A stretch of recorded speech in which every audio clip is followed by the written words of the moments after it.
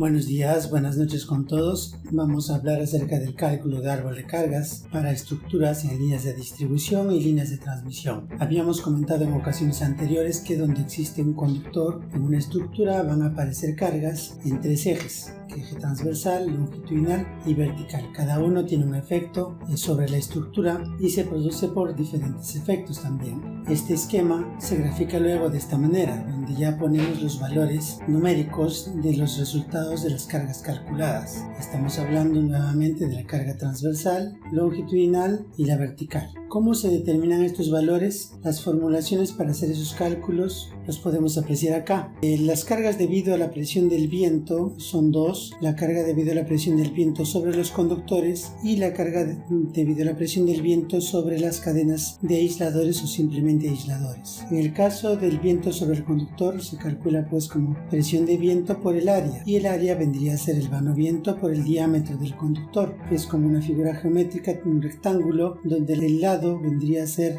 el vano viento y el ancho diámetro del conductor. Y el factor de conversión aquí es porque en el caso de los programas que utilizamos en las bases de datos, el diámetro del conductor está expresado en milímetros. Para el caso de la presión del viento sobre las cadenas de aisladores, el cálculo es similar: presión de viento por el área en este caso sería la longitud de la cadena de aisladores por el diámetro del plato mayor por un coeficiente denominado coeficiente aerodinámico, cuyo valor es 1.25 generalmente. El factor de división entre 1000 también es por una conversión de unidades, porque en las bases de datos, en la información que se maneja en los programas, el diámetro del aislador está expresado en milímetros. Finalmente, la carga transversal viene a ser la suma de estos tres componentes: la carga debido a la tensión del cable, más la carga debido al viento sobre el conductor y la carga debido al viento sobre los aisladores. Este valor FT vendría a ser en este caso, por ejemplo, en este esquema 588. En este otro esquema es la carga T. De forma similar hay que calcular la carga B y la carga L. La carga B es la carga vertical y la carga vertical se calcula con estas ecuaciones: peso del conductor, que vendría a ser el peso unitario más el peso de hielo en caso hubiera hielo en nuestro proyecto, por el vano peso, y pesos adicionales que normalmente son el peso del operario, herramientas y algunos otros elementos que uno considere como peso existente sobre las estructuras. De manera que la fuerza vertical o la carga vertical viene a ser pues el peso del conductor más el peso de la cadena de aisladores y los pesos adicionales en cada punto donde existe un conductor. Finalmente, las cargas longitudinales. Estas cargas se calculan dependiendo del tipo de las estructuras. Para estructuras longitudinales en general se considera 0, para estructuras de suspensión o estructuras de pasante o alineamiento, aun cuando tengan pequeños ángulos. Para las estructuras de retención o anclaje se considera una carga longitudinal igual a los 2/3 del tiro horizontal. Este tiro horizontal se calcula para el vano máximo, para el cual está diseñada la estructura o el modelo de estructura. Finalmente, para las estructuras terminales, la carga longitudinal viene a ser el tiro horizontal máximo calculado para el vano máximo que soporta o para el cual está diseñado los modelos de estructura terminales, o sea, al 100% de la carga. Finalmente, estos resultados se grafican en este esquema tal cual estamos mostrando actualmente. En estas condiciones estamos asumiendo que el conductor está trabajando normalmente, no tiene ningún problema. Eso es lo que se llama condición normal, o condiciones de carga o condiciones de árbol de cargas para estructura, o condiciones normales o hipótesis de carga normal. Estas hipótesis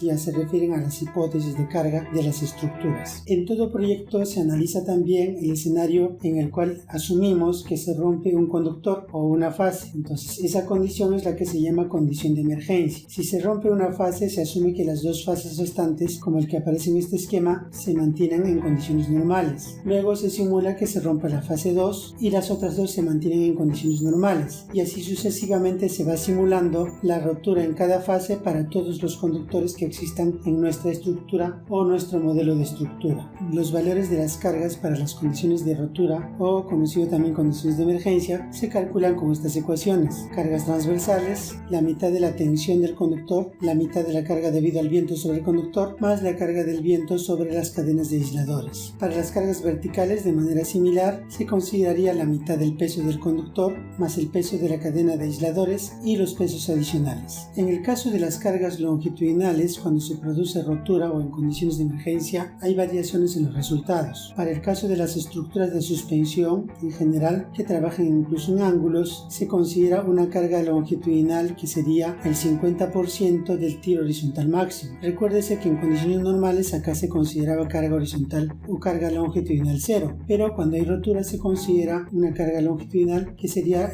la mitad del tiro horizontal máximo o el 50% del tiro horizontal máximo. Para las estructuras de retención ya se considera el 100% del tiro horizontal máximo, y para las estructuras terminales, cuando se rompe el conductor ya no existiría cable, entonces la carga longitudinal en esa condición se convierte en cero. Estos valores se vuelven a calcular entonces para cada punto donde existe un conductor y se simula un nuevo árbol de cargas bajo ese escenario. Para el cálculo del árbol de cargas, en esta ocasión vamos a ir aquí al DLTCAD. Aquí hay una opción en el menú cálculos, una opción que dice árbol de cargas. Aquí es donde se desarrollan los cálculos de árbol de cargas para las distintas estructuras o familias de estructuras que estemos utilizando en el proyecto. Previo a los cálculos siempre es importante verificar las configuraciones de los parámetros que vamos a considerar, sobre todo para las cargas verticales. Eso se hace aquí en diseño vista perfil, configuración, en la pestaña cálculos. Aquí podemos apreciar el valor de la longitud de la cadena de aisladores. Entonces hay que definir cuánto es la longitud de la cadena de aisladores que vamos a considerar en nuestro proyecto. Esto va a depender seguramente del nivel de tensión. En este ejemplo estamos haciendo referencia a un proyecto en 220 kilovoltios donde la longitud típica de la cadena de aisladores mide 3 metros. El peso de la cadena de aisladores, el peso del contrapeso en caso existieran contrapesos, el coeficiente aerodinámico para los aisladores que ya dijimos que normalmente es 1.25 y el diámetro del plato mayor de la cadena de aisladores. Cuando trabajamos con aisladores tipo porcelana, los valores del diámetro pueden estar en el rango de 250 a 300 milímetros aproximadamente, dependiendo del fabricante o del tipo de aislador.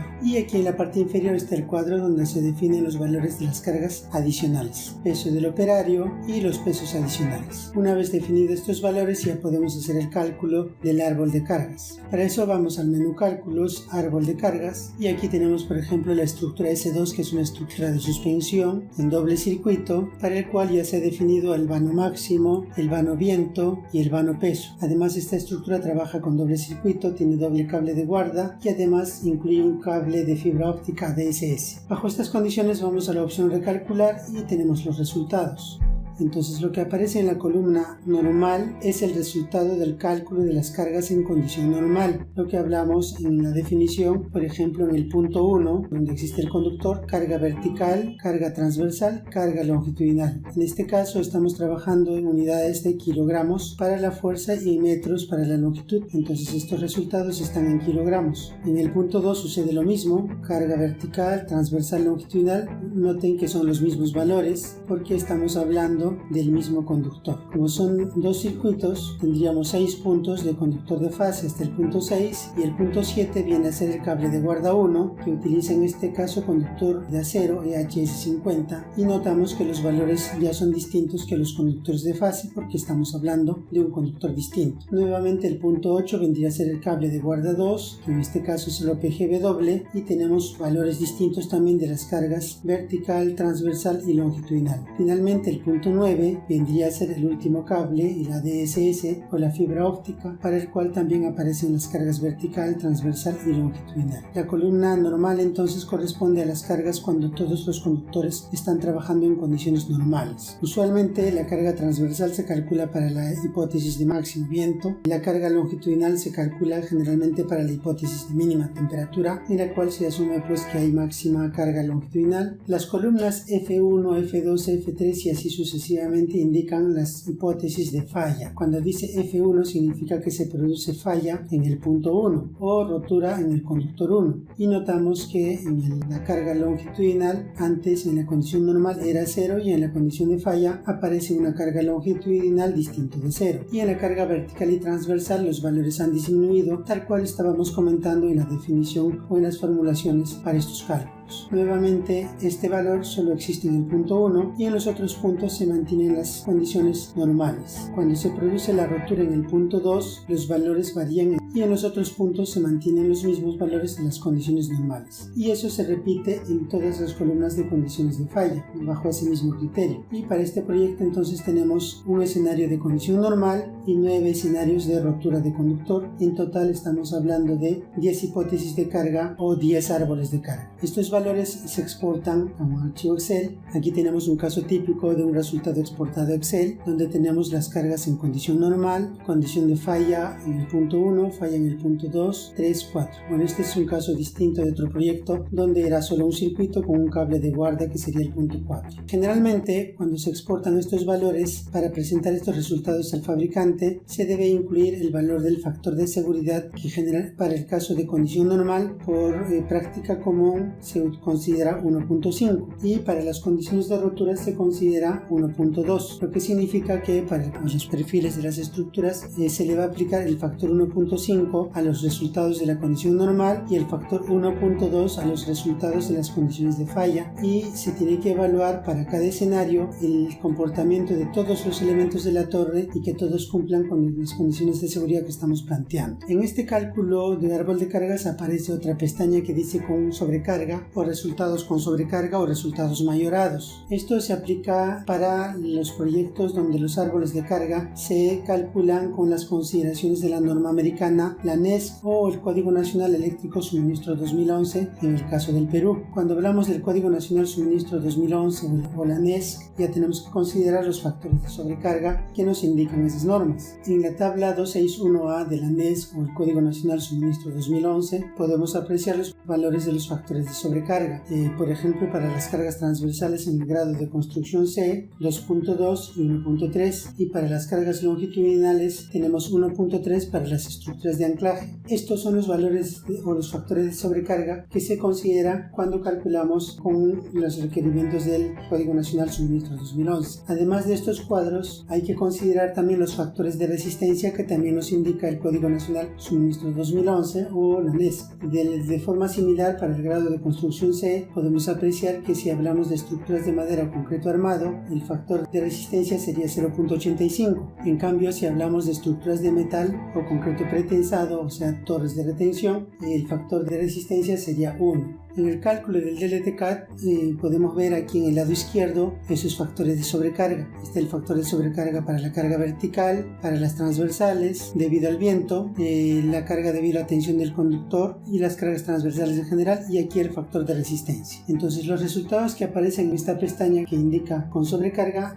ya están incluidos estos factores de sobrecarga. Vale decir que estos resultados ya están mayorados y ya no requieren agregar un factor de seguridad adicional, y al entregar al fabricante solo hay que entregarle estos resultados tal cual aparecen. Estas son las ecuaciones que se plantean para el cálculo de las cargas mayoradas o cuando aplicamos el Código Nacional Suministro 2011 o la norma americana, la NESC. Entonces la carga transversal se calcula como la carga debido a la tensión del conductor por el factor de sobrecarga de la tensión del conductor más las cargas debido a la presión del viento, que sería el viento sobre el conductor más el viento sobre los aisladores, todo esto por el factor de sobrecarga debido al viento para la carga transversal entre el factor de resistencia. Para las cargas verticales de forma similar sería la fuerza vertical o la carga vertical por el factor de sobrecarga vertical entre el factor de resistencia, y también para las cargas longitudinales de manera similar la carga longitudinal normal por el factor de seguridad o el factor de sobrecarga longitudinal entre el factor de resistencia. Entonces los resultados que estamos mostrando aquí ya están aplicando esa formulación tomando en cuenta estos factores, de tal manera que si exportamos este resultado a una hoja de cálculo tenemos estos mismos resultados, de manera que cuando exportamos esos resultados al Excel tenemos esta presentación donde aparece las cargas o el árbol de cargas con sobrecargas, y ahí están las cargas en la condición normal, en la condición de falla en el punto 1, en la condición de falla en el punto 2, la condición de falla en el punto 3 y la condición de falla en el punto 4. Reitero que estos valores, si es que trabajamos con fabricantes que utilizan utilizan la norma americana o en el caso Perú el Código Nacional de Suministro 2011, se entregan tal cual están y con eso se debe hacer la simulación del comportamiento de todos los elementos de la estructura o de las torres que vamos a fabricar. Eso es el cálculo de árbol de cargas que se desarrolla para líneas de distribución y o transmisión, sobre todo en línea de transmisión cuando fabricamos torres de celosía o soportes metálicos, pero también se aplica en líneas de distribución donde tenemos que fabricar torres para de repente casos especiales o postes metálicos según la necesidad del proyecto. Muchísimas gracias.